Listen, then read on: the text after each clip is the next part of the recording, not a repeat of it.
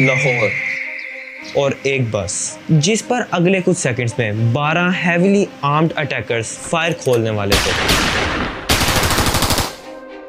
इस अटैक ने सिर्फ 7 मिनट में पाकिस्तान को 10 साल पीछे धकेल दिया।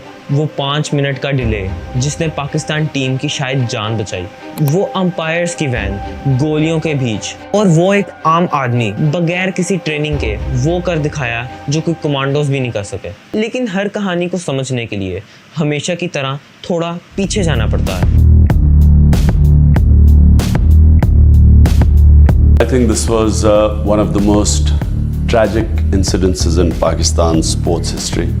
Worst security failures in Pakistan. 2008 Mumbai attacks के बाद इंडिया ने पाकिस्तान का टूर कैंसिल कर दिया। ऑस्ट्रेलिया पहले से ही मना कर चुका था और न्यूजीलैंड भी 2002 के बाद से पाकिस्तान नहीं आया था। ऐसे में श्रीलंका ने दोस्ती की निशानी के तौर पर हाथ बढ़ाया। पाकिस्तान गवर्नमेंट ने वादा किया कि प्रेसिडेंशियल लेवल की सिक्योरिटी मिलेगी, लेकिन वो वादा झूठा निकला। लेकिन एक चीज़ और भी थी जो आज भी बहुत लोग नहीं जानते। अटैक से पूरे 6 हफ्ते पहले सीक्रेट रिपोर्ट तैयार हो चुकी थी।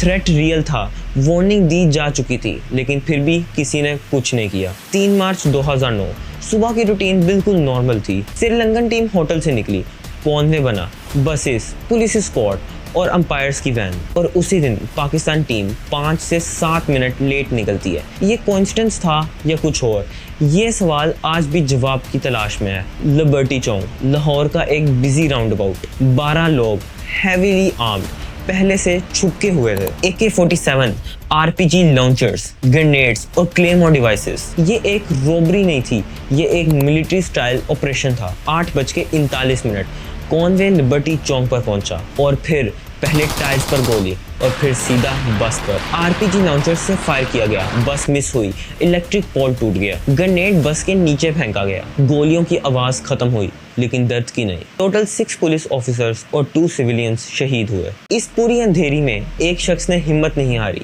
नाम था महर मोहम्मद खलील, एक बस ड्राइवर। गोलियां लग रही थी, प्लेयर्स फ्लोर पर लेट गए थे, टेररिस्ट रोड ब्लॉक कर रहे थे, लेकिन खलील ने ब्रेक नहीं लगाई। 500 मीटर्स गोलियों के साए में और बस सीधा स्टेडियम के अंदर पहुंच गई। लेके कज़ाफी स्टेडियम की तरफ आ रहा था, तो लेकिन जैसे ही हम लोग लिबर्टी पहुंचे तो हम पे हमला हो गया। दहशतगर्द जो 12 से 14 की तादाद थी जिन्होंने बस के ऊपर हमला कर दिया, जिसमें 8 उस वक्त 6 पुलिस एहलकार, 2 राहगीर भी हलाक हो गए थे। तो ये बहुत बड़ा एक सानिया था। उसके बाद देखे पाकिस्तान में क्रिकेट बिल्कुल ख़त्म हो गई। टोटल 7 श्रीलंकन प्लेयर्स इंजर्ड हुए, जिसमें कुमार संगकारा को शोल्डर पर गोली लगी और कई प्लेयर्स काफी इंजर्ड हुए और कई को माइनर इंजरीज आई। बाद में महिला जबरदीन ने कहा, मैं अपनी जान उस ड्राइवर का एहसान समझता हूँ। मुरलीधरन ने अपनी टीम शर्ट उतार कर खलील को दे दी। पाकिस्तान गवर्नमेंट ने उन्हें तमगा शुजात दिया, लेकिन सच ये है कि कोई भी मेडल उस हिम्मत का मुकाबला नहीं कर सकता। लेकिन एक और बस थी जिसकी कहानी आज भी बहुत से लोग भूल जाते हैं। अंपायर्स की वैन, स्टेशनरी, अकेली, अबेंडन, और उस बस में मौजूद लोग जिंदगी और मौत के दरमियान लटके हुए थे। क्रिस बॉर्ड, सुमिन टेफल, एहसन रजा अंपायर्स की वैन में मौजूद थे। सिक्योरिटी उन्हें छोड़कर जा चुकी थी। वैन रुकी हुई थी, गोलियां लगातार लग रही थी। एहसन रजा को 2 गोलियां लगी, एक गोली लीवर पर और दूसरी गोली राइट लंग पर। वो 29 डेज तक हॉस्पिटल में रहे। क्रिस बॉर्ड ने खून रोकने की कोशिश में अपना हाथ उनके सीने पर रखा। बाद में बॉर्ड ने कहा, हम सिटिंग डक्स बन गए थे और हमें बचाने कोई नहीं आया। 25 आर्म्ड कमांडोज कोने में थे, लेकिन अंपायर्स की वैन की तरफ एक भी गोली जवाब में नहीं चली। Having to step over the body of Hassan Raza, who'd been shot twice in the stomach.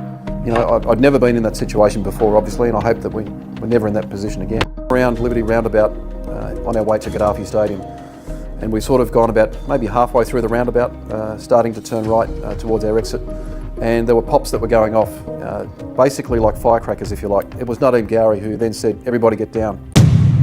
Attack खत्म हुआ और जो सीसीटीवी ने दिखाया वो बहुत हैरान कुन चीज़ थी। अटैकर्स भाग नहीं रहे थे, वो कामली चल रहे थे, रीलोड कर रहे थे, मुस्कुरा रहे थे, जैसे उन्हें पता हो कि उनके पीछे कोई नहीं आने वाला। 8:46 सिर्फ 7 मिनट बाद सब अटैकर्स मोटरसाइकिल पर सवार हुए और निकल गए। कोई रोक टोक नहीं, कोई पीछा नहीं। 7 मिनट का अटैक, 10 साल का अंधेरा। दुनिया ने रिएक्ट किया और पाकिस्तान पर सवाल उठाया। Pakistan must pull out of this insane this senseless war on terror. No Pakistani was involved in 9/11. Yet Pakistan has become the center of world terrorism now. Gordon Brown ने कहा पाकिस्तान को टेररिस्ट के खिलाफ एक्शन लेना चाहिए। India के home minister ने कहा पाकिस्तान फेल्ड स्टेट बन सकता है और ये कहना मुश्किल है कि कंट्री का कंट्रोल असल में किसके हाथ में है। ऑस्ट्रेलिया ने टूर कैंसिल किया, न्यूजीलैंड ने टूर कैंसिल किया। 2011 वर्ल्ड कप होस्टिंग पाकिस्तान से छीन ली गई। 14 मैचेस और एक सेमीफाइनल सिर्फ 7 मिनट में तबाह। पाकिस्तान अपने ही घर में मेहमान बन गया। होम मैचेस दुबई और अबू धाबी में होने लगे। लेकिन एक सवाल आज भी जवाब मांगता है, पाकिस्तान टीम उस दिन 5 से 7 मिनट लेट क्यों थी? क्या अटैकर्स को एग्जैक्ट इन्फॉर्मेशन पता थी? किसी इनसाइडर ने इन्फॉर्मेशन दी? कोई ऑफिशियल प्रूफ नहीं, लेकिन ऑफिशियली बहुत से सवाल आज भी जिंदा हैं। सबसे दुख की बात तो यह है कि किसी भी टेररिस्ट को कभी भी सही से सजा नहीं मिल पाई। इस पूरे अटैक का मास्टरमाइंड मलिक इसहाक किसी दूसरे केस में जुलाई 2015 को पुलिस इनकाउंटर में मारा गया। जुबैर नेक मोहम्मद पहला टेररिस्ट जो जून 2009 में पकड़ा गया। 2016 में पंजाब CTD रेड में 3 अटैकर्स इनकाउंटर में मारे गए। लेकिन इस सब के बाद एक मुल्क ने पाकिस्तान का साथ नहीं छोड़ा और वो था श्रीलंका। 2017 8 साल बाद गद्दाफी स्टेडियम में एक बार फिर श्रीलंकन प्लेयर्स खेलने के लिए उतरे। वो मैदान जहां से उन्हें कभी खून से निकाला गया था, वही मैदान आज उनका इंतजार कर रहा था। जो लोग उस दिन बस में थे वो लोग आज इस मैदान में थे, सिर्फ एक ड्राइवर की हिम्मत की वजह से। 7 मिनट ने पाकिस्तान को 10 साल पीछे धकेल दिया, लेकिन पाकिस्तान वापस आया। स्लोली, पेनफुल, लेकिन आया। आज इंटरनेशनल टीम्स पाकिस्तान में आती हैं, PSL होता है, टेस्ट होते हैं, गद्दाफी स्टेडियम में एक बार फिर रोशनी होती है। और शायद सबसे बड़ा चेंज सिक्योरिटी में आया। आज फॉरेन टीम्स को सिर्फ पुलिस एस्कॉर्ट नहीं मिलती, हर रूट सील होता है। रेंजर्स, एलाइट फोर्स, हर मूवमेंट मॉनिटर होता है। एक बस ड्राइवर ने 500 मीटर चलाकर पाकिस्तान क्रिकेट को जिंदा रखा। बाकी रास्ता पूरी कौम ने खुद तय किया। मुझे इजाज़त दीजिए। ज़ेरो को अपनी दुआ में याद रखिएगा। अल्लाह हाफिज़।